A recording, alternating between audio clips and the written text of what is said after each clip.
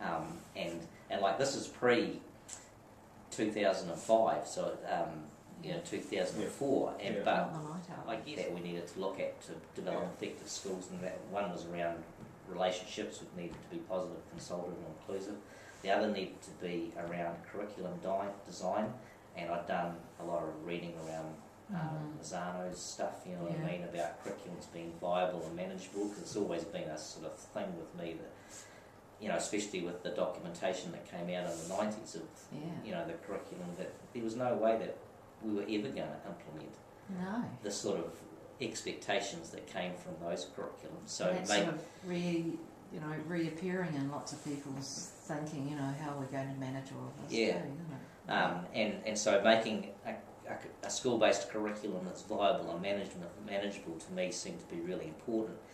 And while, you know, you'll see that we've tried to do that,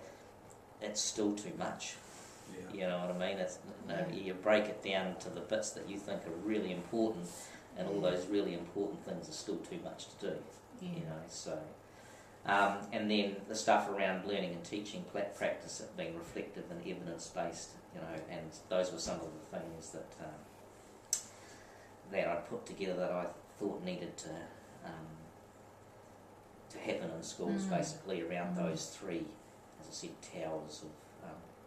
of effective schools. Are you able to? Attribute to my success is to the fact that, you know, that I have some reasonable levels of emotional intelligence, and when I read Daniel Goleman's stuff, I said, yeah, well, that's me, you know, that's what makes, because I'm not really an academic, or, you know what I mean, haven't got a bent towards ICT like Ash has, you know what I mean, and that sort of stuff. So it's that sort of stuff that makes me, you know, succeed in what I do. So and so all the papers, like I did ICT papers and tried to connect teaching practice and ICT to emotional intelligence, you know what I mean, and try and find a relationship between the two and all that sort of thing, which is, because a lot of people don't think of ICT as having a lot of emotive content, you know what I mean, but when you boil it down, it does, you know,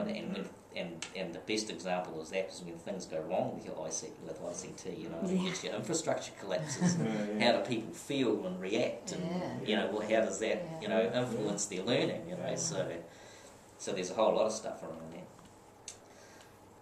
that. So and then when I came here, basically these